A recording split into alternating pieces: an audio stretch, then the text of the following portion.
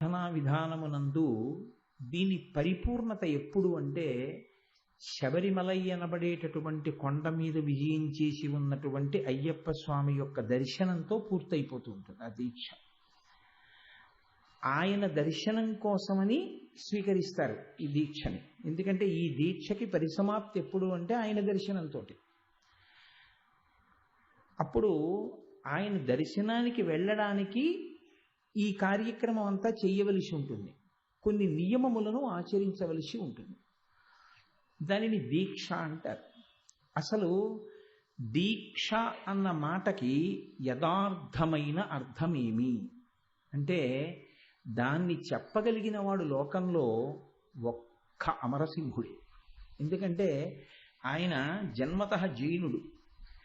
ఆయనకి సనాతన ధర్మం అంటే కోపం. సనాతన ధర్మానికి వ్యతిరేకంగా పుస్తకాలు రాయాలని